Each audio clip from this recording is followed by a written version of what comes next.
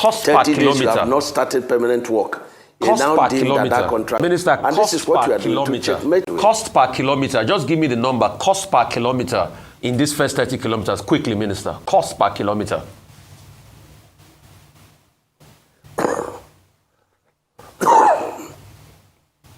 Well, Senator Umahi, I will go ahead with my question. Cost per kilometer, that can be communicated elsewhere, outside morning show. Let's focus on the issues. Minister Umahi, so what you have just come, and good to see you again, what you have just come to tell us here, that you are doing a project, Rufai. Good to see you. Good to see you, sir. What you have just come to tell us here is that you are doing a project worth trillions without transparency and an open bidding process that gives everybody the chance. Can you show me if there was somebody tell hang Rufai. on a minute. Let me finish now. Let me finish. I gave you the chance. Rufai, hold on. Can you show me? You don't darken counsel without knowledge. No, wait a minute. I'm putting you right so that you can ask. Let me finish. No, get information right. You won't allow me finish. Let me land at least and you respond. You are finishing on wrong. Wait now, Minister. You want to take this interview from me? Let me ask the question and you correct it. Rufai, you are dark. Let me ask the question and you correct it. Please, let me speak, Minister. We are very good friends. So, you gave me honorable mention at the Millennium Bridge. You are my man. Bless you. So, what you are saying is that no independent free bidding process for everybody. You just went along with high tech because they did some work in Lagos before. And the argument you are making, with due respect, Minister, that they brought equipment to help in the, independent bridge scenario and all of that. That's no big deal. They are benefiting from the government in other ways through the coastal road. So it's not an argument. So you are saying that there was no open tender, at least give others a chance to bid. Secondly, Minister, I want to bring forward the case of Winsome. You will react, Minister. You will react. Let me have my time. You will react to it. Rufai, hold on. Minister, I'm not finished asking my question now. Your own. You have not finished now. You will react to one. Let me correct this one. You will react to it. Give me the chance. You see, we are wasting time. Winsome Homes, she said she got some money from the diaspora. And there's been a back and forth I've been seeing in the news. I don't know what your take is on that Winsome Home project, the real estate developer. Thirdly, Minister, give me empirical facts of how much you have spent for this first 30 kilometers that is about to be commissioned. How much you have spent in also the street light deployment and other things that you've deployed in these first 30 kilometers. So let us know a price range variation. If you can also give me kilometer by kilometer spending and some other empirical breakdown so we can see it. If you can't finish it here, you can send the documents to us so that we can just also assess the spending. Thank you, Minister. Rufai, first and foremost is that you have to recall that you carried your calculator, and I was in the studio, and I was giving you the figures. I didn't carry calculator like you, and your calculator could not properly calculate what I was saying. It was, Dr. Abati that came between us. He said, okay, leave the calculation. So I ran the figures. Rufai, the first 47 by 47 kilometer of the Section 1 Coastal Highway was awarded at 1.068 trillion. And we have 30% component of the federal government counterpart funding and 70% loan component. As of today, we have not secured one kobo loan on the project. But High Tech had invested their money, and that job is about 80% done. The solar light is not an isolated contract. It's part of the project, the road architecture. You have the cable ducting, you have the drainage, you have the tree planting, and of course you have the train track, which we have made provision, for future train construction. It's not part of my mandate, but we have to make that provision, for future. And then when you said we didn't give others the opportunity, and that's what I'm trying to correct you, that we have three kinds of procurement process. The first one is, restrictive for specialized jobs. And when we use, that specialized procurement process for sections 1 and 2, for section 3A and 3B, Sokoto Badagry, the Trans-Sahara route, it became selective tendering, Other contractors were invited in each of the other processes, and of course they bid it. And High-Tech won because of their technical competence, the equipment they parade, the number of expertise they have, and the local content components of their engagement, because they have a lot of engineers engaged. They have a lot of engineers being trained. They have a lot of services, being given, and even small contracts are being given to our engineers so that they can also learn and benefit from that. And so when you talk about how much have we spent on Section 1, we've paid 30% of the cost I told you. And when you come to Section 2, it's 1.33 trillion, and we have only committed 30% of the cost of that project. And the 70% is the loan component, and that loan component has not come. And that's why the development partners came, the Dutch Bank and the Development Bank of Southern Africa.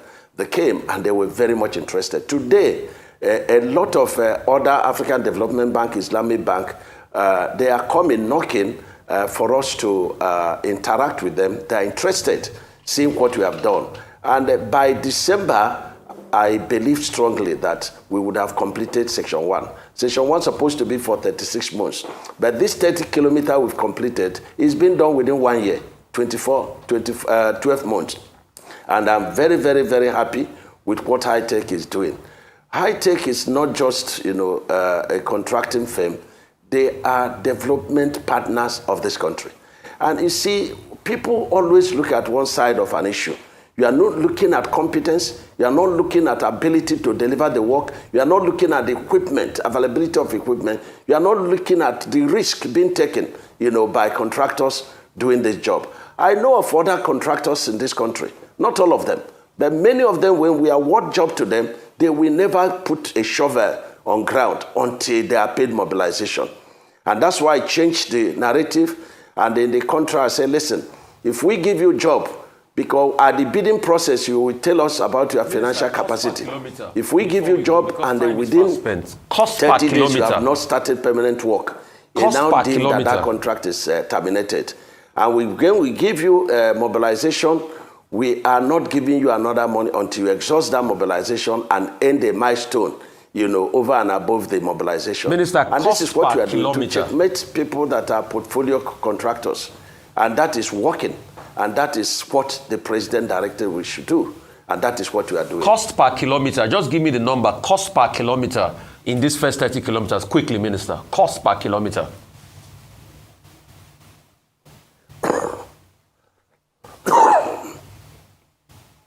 Well, Senator Umahi, I will go ahead with my question. Cost per kilometer, that can be communicated elsewhere, outside morning show. Let's focus on the issues. I ask you, during the May 21 APC National Summit, it's like I lost at the Villa. I lost the studio. Can you hear me, yes, sir? I was asking for the cost per kilometer, which is a very important question, Senator. Very important question. Cost per kilometer. That's accountability of the people. If you can give us the cost per kilometer we'll question. Take a short break. Rufai was asking you, what is the cost per kilometer of these roads? And he insists that you should answer that question. So, because it has to do with accountability. And then finally, when you were governor in Ebonyi State, you had Ebonyi Airport. That Ebonyi Airport has not functioned, though, since you left. What is going on? The cost of the project, the cost of the project cannot be said per kilometer. Look, this is one single cost per kilometer. Yes, but you were the one that stopped me when I was doing off-head calculation of that. And I arrived, and from the empirical factors, using the basic material cost in the market, to arrive at 4 billion per kilometer on the first section of the coastal highway. The second section has a lot of bridges and flyover. For example, at the Dangote refinery, we are passing in front of his refinery, and the engineering factor there is that you must have free flow of trucks in and out without any hindrance. And so that place, we now made the carriageway, the span, to be 64 meters, as against 15 meters of spans of bridges and flyovers. So that one, you cannot easily say, look, this is the cost. So it's going to be the cost of the bridges and flyovers plus the cost of the construction. And so when you get to, for example, we should have finished the first 47.47 kilometer up to Leko. And when you see the clip of tomorrow, we are going to release the clip of tomorrow, tagged the making of Lagos-Calabar Coastal Highway. You will see impossibilities being turned to possibilities. You will see the terrain. And then I would like Rufai to tell me any other section of this country that has such a terrain. Now we want to procure the project that is running from Ogun, down to Ondo. And we discovered that 40 kilometers at the Ondo axis has pit that is going up to 20 meters deep. And then we had to stop. So we invite experts, and then we are doing a lot of trials on what depth can the pit, sustain the load. So it's a lot to do with what the terrain is and what method statement are you going to deploy to, tackle the terrain. There was a section, and of course the section is still there, where I think it's about 5 kilometers of the Lagos-Calabar Coastal, which is section 1. You have pit that runs up to 21 meters. When we deploy the clips tomorrow, you will be able to appreciate what we are doing on the coastal highway. And people will stop, of course it's their right to ask what is the cost. But the cost is not a single digit, cost. The cost depends on the terrain. And then, of course, the facilities that accompany, the terrain and the route. Nigerians, I beg you now in the name of God. The question you are supposed to be asking, the question we are not supposed to ask for this electoral amendment matter, not be say, you should say Tinubu go sign am, or you should say Akpabio go pass am, oh, Tinubu no go sign am, oh, Akpabio no go pass am, oh. Not be the two we supposed to talk be that. The thing we supposed to talk be say, is it a good thing for us to have electoral amendment? The particular provisions that we are talking about in the amendment that we link in the description. Now, good thing. Now, the thing what we supposed to ask first. So when we finish that one, we'll come ask the next question. All these our so-called representatives, are they representatives or are they represent the thieves? How would we know? If your senator, your House of Rep member, not collect this bill, present them, make them pass them, then you go know, say that your senator or your House of Rep member, he not be representative, he not represent the thieves. And if this is the case, question for you, is it right for such people to return to the National Assembly? Is it? So, this is an opportunity. It is a golden opportunity, a litmus test for your representative. Make una they ask the right question. Not allow them fool you, deceive you, say, oh, Tinubu now go sign am. Tinubu is not bigger than the law. Forget all this talk, say, oh, animal kingdom, all animals are equal, or some are more equal than the other. Yes.